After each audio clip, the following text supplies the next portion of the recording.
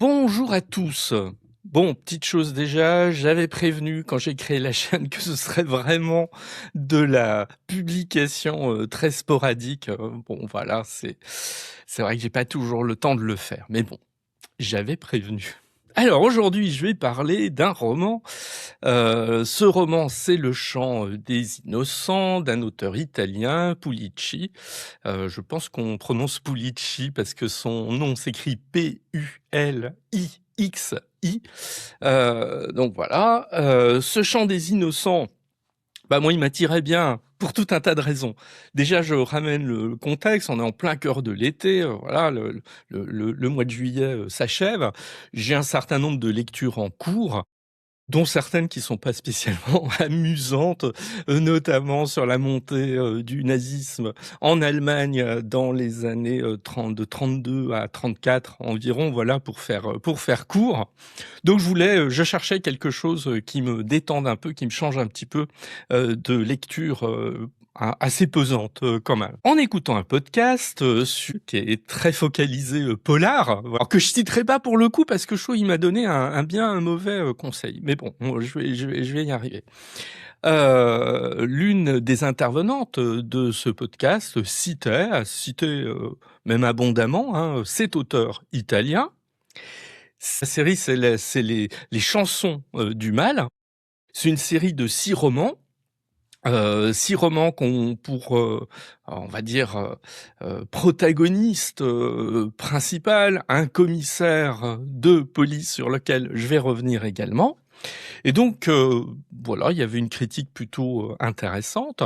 En plus, le cadre, c'est l'Italie. Ça tombe bien, j'adore l'Italie, la culture italienne, etc. Voilà, bon, donc, je me disais, tiens, intéressant, au cœur de l'été, un livre qui va me permettre petite pause détente à la lecture d'un polar, plutôt bien vu. Je suis allé sur Babelio, il y a plutôt des bonnes critiques.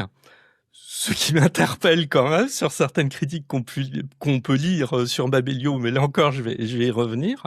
Bon, bref, il y avait tous les ingrédients. Et donc, je me suis lancé dans cette lecture que j'ai faite assez vite. Je l'ai lu en 2 jours à peine. Sachant que, en gros, le dernier quart du livre, j'ai vraiment accéléré la lecture tellement j'en pouvais plus, hein, pour dresser les choses. Est-ce que j'ai lu le pire polar de ma entre guillemets carrière de lecteur? Bah, je suis pas loin de le penser quand même. Bon, alors tout démarrait pas mal, voilà. Tout démarrait pas mal.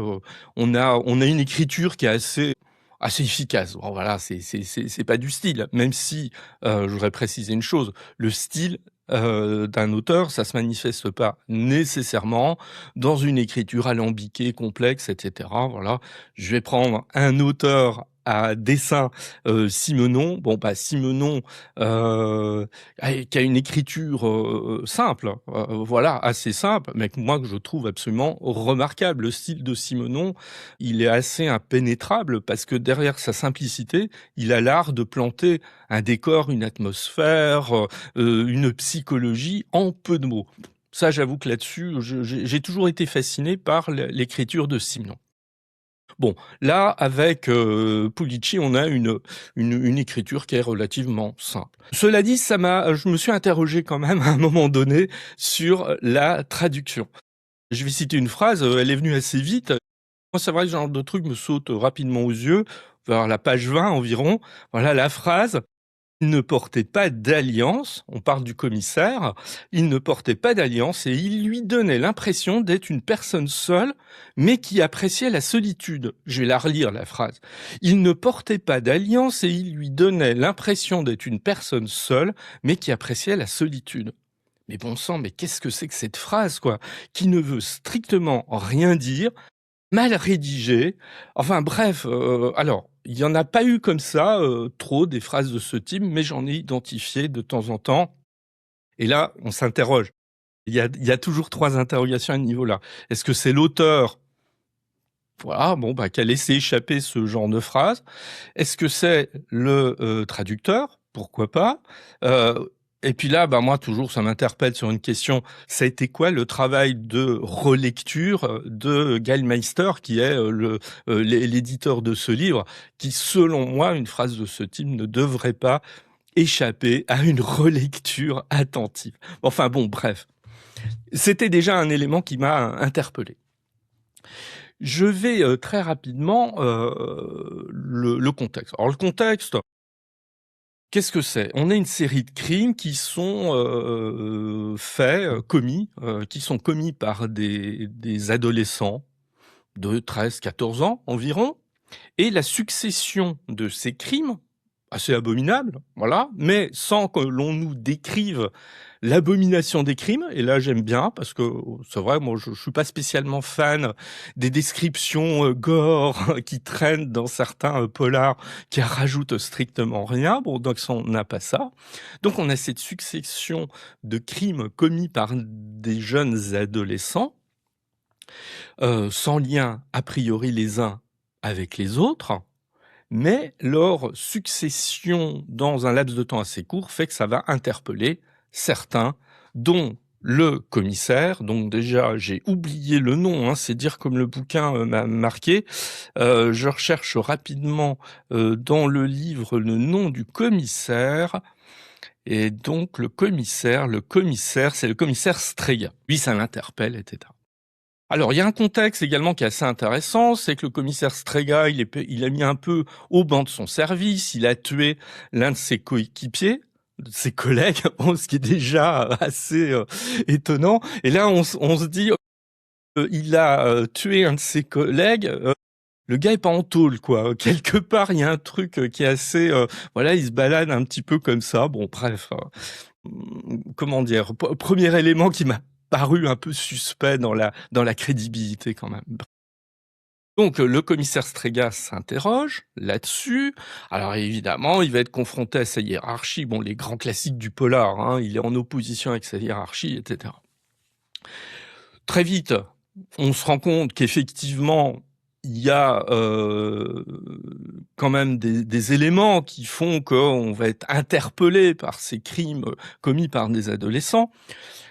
J'essaie de pas trop en dire non plus, parce que même si j'ai pas aimé, vous vous en doutez, vu la lecture que j'en fais après coup, oui, j'ai pas aimé, mais je respecte en même temps ceux qui voudraient le lire, donc je vais essayer de pas trop quand même divulgacher l'intrigue.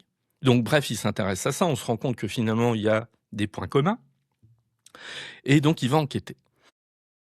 Alors là, à ce stade, parce que là, quand j'en suis à ce stade, il y a déjà la moitié du bouquin qui s'est passé, etc. Moi, j'ai deux observations. La première, et là, c'est une déception absolument immense. Le livre est écrit par un Italien. Il se passe à Milan. Donc, comme c'est une ville que j'aime bien, voilà, je me suis dit, tiens, je vais retrouver des éléments de Milan. Il n'y a aucun, et j'insiste, il n'y a aucune phrase dans ce livre qui se rattache géographiquement, culturellement, en termes d'atmosphère, etc., au fait que nous soyons en Italie et à Milan. Rien. C'est-à-dire qu'en fait, vous pourriez à la fin changer les noms et prénoms des protagonistes, parce que voilà, ils ont évidemment des noms et des prénoms italiens. Vous pourriez faire que ce livre se déroule n'importe où dans le monde. On change les noms, les prénoms, il se passe en France. On change les noms et les prénoms, il se passe au Groenland, il se passe au Brésil, il se passe au Japon. Et là, c'est pas mon truc, quoi. C'est-à-dire que moi, je fais partie de ces gens qui, à travers un polar, aiment découvrir derrière une culture, une sociologie, etc. Parce que pour moi, ce qui fait la grande richesse du polar au XXe siècle, c'est finalement de nous faire pénétrer dans la compréhension d'une société. Alors là, il n'y a pas ça du tout. C'est de l'interchangeable puissance 1000. Ce fait que je me suis même interrogé si le livre n'avait pas été conçu pour être facilement traduisible n'importe où dans le monde et qui fait qu'un lecteur, où il se situe, finalement, il ne sera pas dépaysé par une immersion dans une culture quelle qu'elle soit. Bon, ça pour moi c'est une critique absolument énorme. Je développe pas plus, mais j'ai pas trop compris.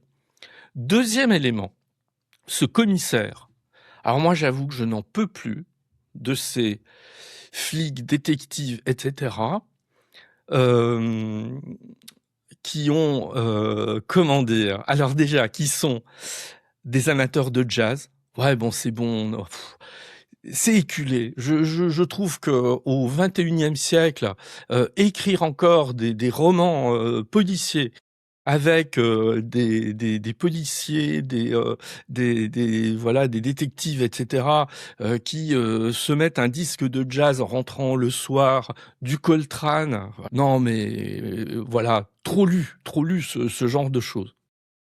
Alors le gars, il a vraiment d'énormes problèmes psychologiques et on sent que c'est un très grand lecteur. Voilà, il y a plein de livres, chez lui, bon, très bien, mais là c'est surfait. On a trop lu ce genre de personnages. Ils apportent une originalité, pourquoi pas, mais là, il y en a strictement aucune. Troisième critique que je fais, mais c'est archi auto-centré sur ce personnage. Alors pourquoi pas, c'est le personnage principal. En arrière-plan, il y a toute sa vie sentimentale. Il se sépare de sa femme, etc. Bon, bah ok, mais il n'y a pas une once d'autocritique à l'égard de ses propres agissements. C'est-à-dire que je suis un peu sidéré quoi par la construction à ce niveau-là. Pourtant l'auteur, je suis allé vérifier, je connaissais pas l'auteur, c'est un gars qui a 45 ans, donc on peut pas le suspecter comme par exemple moi qui suis beaucoup plus âgé, où on pourrait me suspecter voilà, d'avoir un petit peu des biais par rapport au sexisme, etc. et tout. Et là je trouve que il y a un problème quand même d'écriture avec ce personnage. Bon.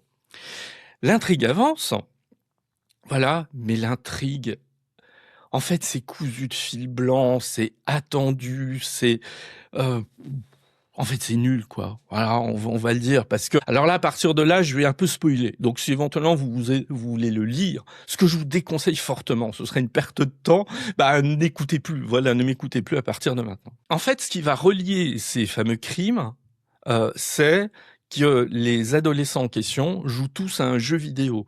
Ce jeu vidéo les a manipulés. Bon, alors là, moi, je tombe des nues, hein, franchement, parce que je vois pas comment on peut écrire ce genre de truc aujourd'hui. Surtout que c'est à peine effleuré, hein. C'est-à-dire que là, il y a une facilité d'écriture qui est évidente. Heu, Comment ils auraient pu être manipulés à travers ce jeu vidéo? Bon, c'est pas clair. Et alors là, on a un sommet. Donc là, alerte spoil maximum. Comment le commissaire arrive à connaître le nom du fameux manipulateur? Parce qu'il y en a un, c'est-à-dire derrière, on l'appelle le marionnettiste. Bon, ce fameux marionnettiste, comment on découvre son nom? On s'attend à un truc extrêmement compliqué pour une enquête, non? Ben non, il regarde les crédits sur la jaquette du jeu vidéo. Dessus, il y a 3 noms. Il demande tout simplement à une collègue de vérifier les 3 noms et boum, elle sort de son chapeau le nom supposé du fameux marionnettiste et il va aller le rencontrer. Voilà, tout simplement, il va frapper à sa porte. Hein. On en est presque à ce niveau et je caricature même pas. Et là, on se dit, mais qu'est-ce que...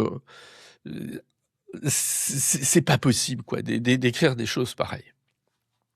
Et vient là au milieu, alors un peu comme un cheveu sur la soupe, hein, là, très clairement.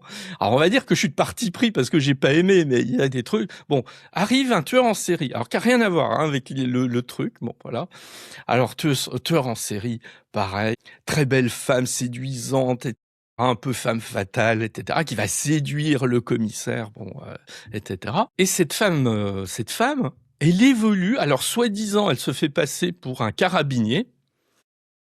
Alors, est-ce qu'elle est carabinier ou pas? Je suppose que oui, mais que voilà, elle est, en même temps, tueur en série.